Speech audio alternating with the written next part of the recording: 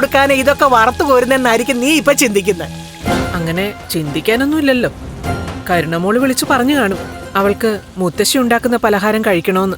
അതിപ്പോ നീ പറഞ്ഞില്ലെങ്കിൽ എന്റെ മോൾക്ക് വേണ്ടതൊക്കെ ഞാൻ ചെയ്തു കൊടുക്കും. ഇതേ എന്റെ മോൾക്ക് കൊടുക്കാൻ വേണ്ടി മാത്രമല്ല, മോന് കൊടുക്കാൻ കൂടിയ ഇതെല്ലാം ഉണ്ടാക്കുന്നത്. ഞങ്ങളുടെ മരുമകനല്ല, കണ്ണൻ മോന്. നീ കുറെ പലഹാരങ്ങൾ നിന്റെ മോൾക്കും കണ്ണനും ഒക്കെ ഉണ്ടാക്കി കൊടുത്തായിരുന്നല്ലോ. ഇനി നീ ഉണ്ടാക്കുന്നതൊന്നും അവന് ആവശ്യമില്ല.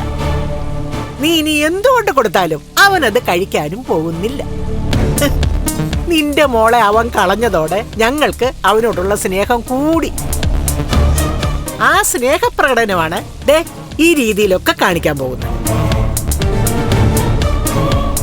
അവിടെ ചെന്ന് ഇതൊക്കെ കൊടുത്തിട്ട് കണ്ണന്റെ രക്തം തിളപ്പിക്കാനായിരിക്കും പോകുന്നത്. അതിനെന്താ സംശയം? അപ്പോഴേക്കും മനസ്സിലാക്കി കളഞ്ഞ് അതിന് തന്നെയാ പോന്നെ. ഡേ, അതിന് നിനക്ക് എന്തെങ്കിലും സംശയം ഉണ്ടോടി? അവനെ ഇനി ഒരിക്കലും നിന്റെ മോളെ തിരിച്ചു വിളിക്കാൻ പോകുന്നില്ല. അല്ലെങ്കിൽ തന്നെ തിരിച്ചു വിളിക്കത്തില്ലല്ലോ അമ്മേ. അന്യന്റെ കുഞ്ഞിനെ വളർത്താൻ ലോകത്ത് ഒരു ആണുങ്ങളും ആഗ്രഹിക്കത്തില്ല. അങ്ങനെ ഒരു തെറ്റ് പറ്റിയത് എനിക്ക് മാത്രമാ. കല്യാണം കഴിക്കുന്ന സമയത്ത് തന്നെ ഇവക്കൊണ്ടായിരുന്നല്ലോ ആ ജാതക ദോഷമുള്ളവള്. അവളെ മൂത്ത മകളായിട്ട് വളർത്തിയതാ എനിക്ക് പറ്റിയ തെറ്റ്. വളർത്തിയ കാര്യമൊന്നും പറയണ്ട. അവളീ വീട്ടിലുള്ളപ്പോ നിങ്ങൾക്ക് അവള് മകളൊന്നും ആയിരുന്നില്ല, വെറും വീട്ടുജോലിക്കാരി മാത്രമായിരുന്നു. എന്നാലും 3 നേരം വെട്ടി വിഴുങ്ങാൻ അവൾക്ക് ഇവൻ കൊടുത്തായിരുന്നല്ലോ. അല്ലലില്ലാതെ നീയും അവളും അത് കഴിച്ചായിരുന്നല്ലോ. ഇങ്ങോട്ട് മാറി നിൽക്കടി. അമ്മേ, നല്ലോണം മൂത്തല്ലോ.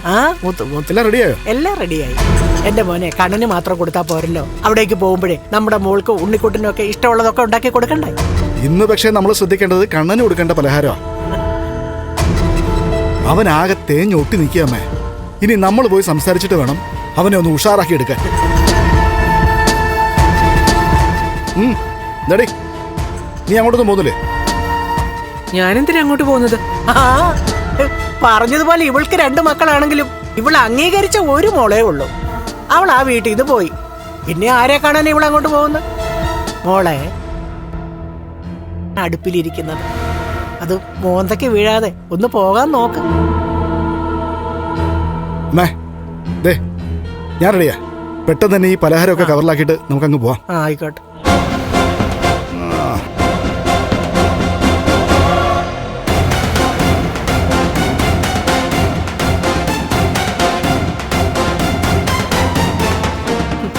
സന്തോഷിക്കട്ടെ, സന്തോഷിക്കട്ടെ.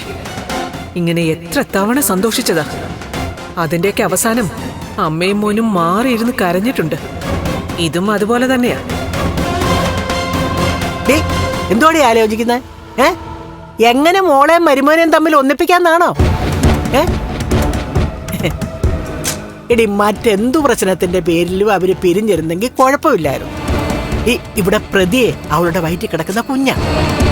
അതിനി കണ്ണന്റെ ആണോ എന്ന് ദൈവം തമ്പുരാന് പോലും തെളിയിക്കാൻ പറ്റത്തില്ല. കാരണം കണ്ണന് അച്ഛനാകാനുള്ള കഴിവില്ല. അതുകൊണ്ട് അതിന് കഴിവുള്ളത് ആരാണെന്ന് കണ്ടുപിടിച്ചിട്ട് അവനെ അവളെയും തമ്മിൽ യോജിപ്പിക്കണമെന്നാണ് ഞങ്ങൾ ഈ പറഞ്ഞുകൊണ്ടിരിക്കുന്നത്. മനസ്സിലായോ?